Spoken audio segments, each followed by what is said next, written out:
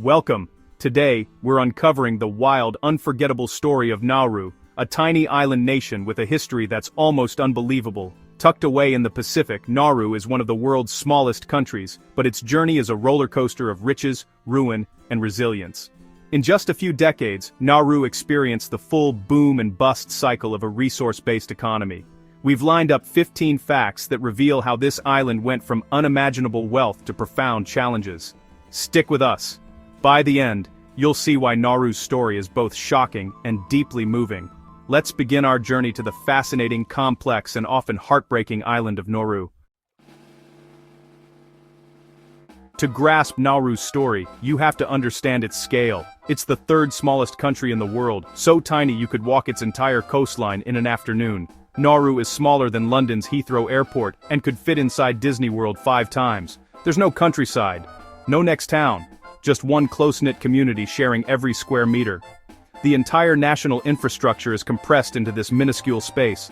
When things go well, everyone benefits. When disaster strikes, there's nowhere to hide.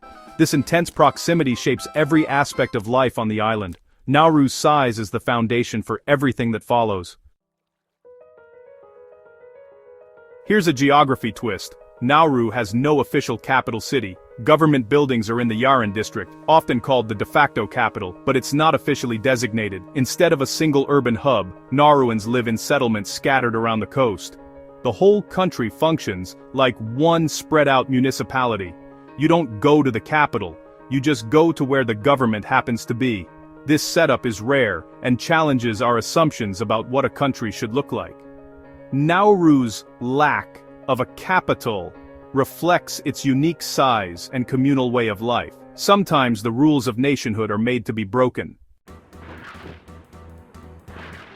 For a brief moment, Nauru was the richest country on Earth per capita.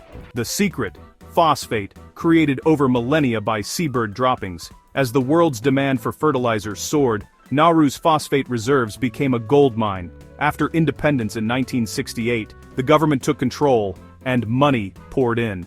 No taxes, free healthcare, education, and wild stories of luxury became the norm. The national airline boasted a fleet of jets for a population of just a few thousand. The government invested in international real estate, aiming to secure the future.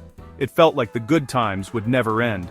But the wealth was built on a resource that wouldn't last forever. The phosphate boom couldn't last. By the 1990s, the reserves were nearly gone, the money dried up, and the Nauru Phosphate Royalties Trust was mismanaged into oblivion. Assets were sold, services vanished, and the nation faced bankruptcy. The social impact was devastating. Free services disappeared and national pride crumbled.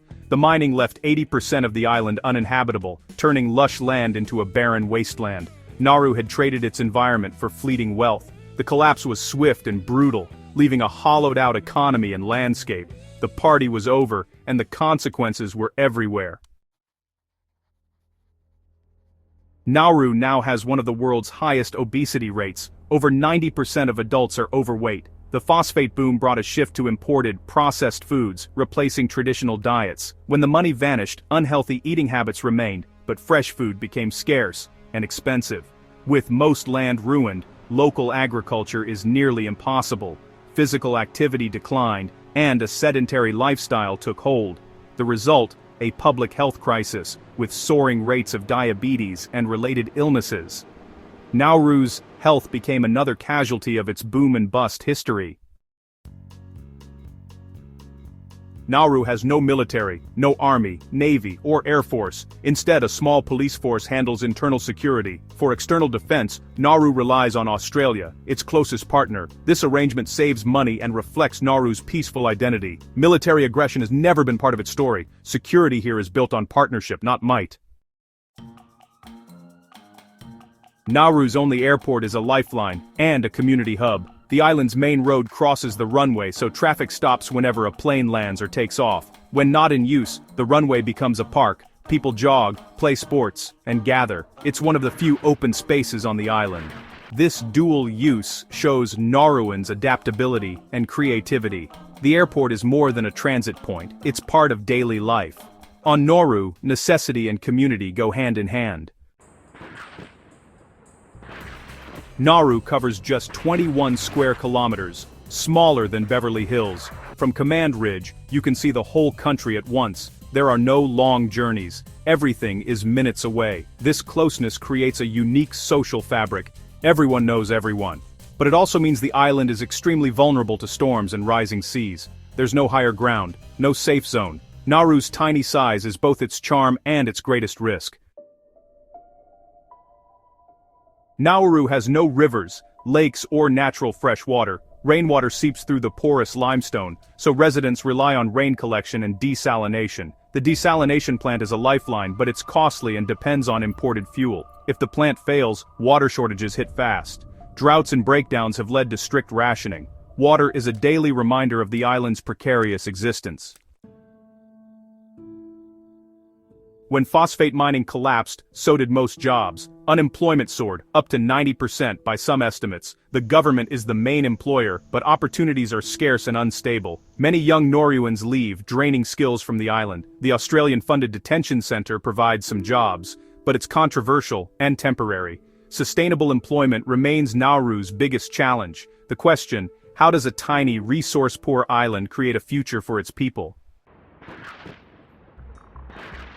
Nauru is known internationally for hosting Australia's offshore detention centre for asylum seekers. The centre brings in vital income and jobs, but at a moral cost. Conditions have been widely criticised by human rights groups. The arrangement has strained Nauru's society and reputation.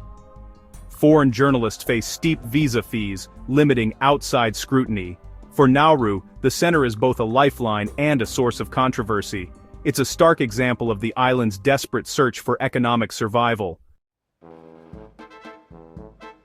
Nauru has just one main road, a 19-kilometer loop around the island. All life happens along this ring. Homes, schools, shops, and government buildings. Drive the loop and you see the nation's past and present in a single trip. The road is the island's artery and its symbol of unity. There are no highways or city grids, just the loop.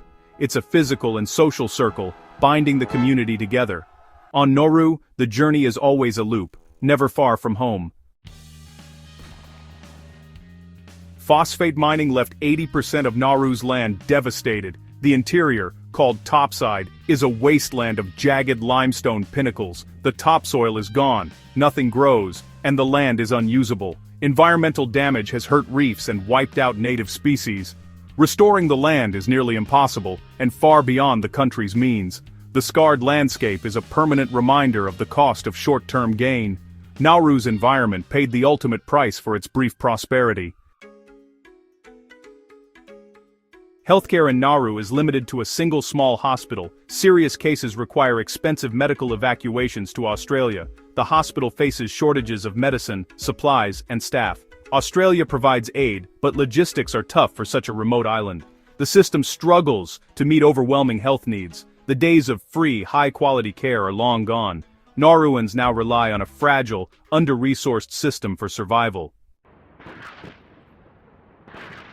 Nauru is one of the least visited countries on Earth, just a few hundred tourists a year. It's remote, with few flights and little tourist infrastructure. There are only a couple of small hotels, and much of the island is inaccessible. Strict visa rules and high fees deter visitors, especially journalists. Nauru's isolation keeps it off the map for most travelers. Only the most determined make the journey.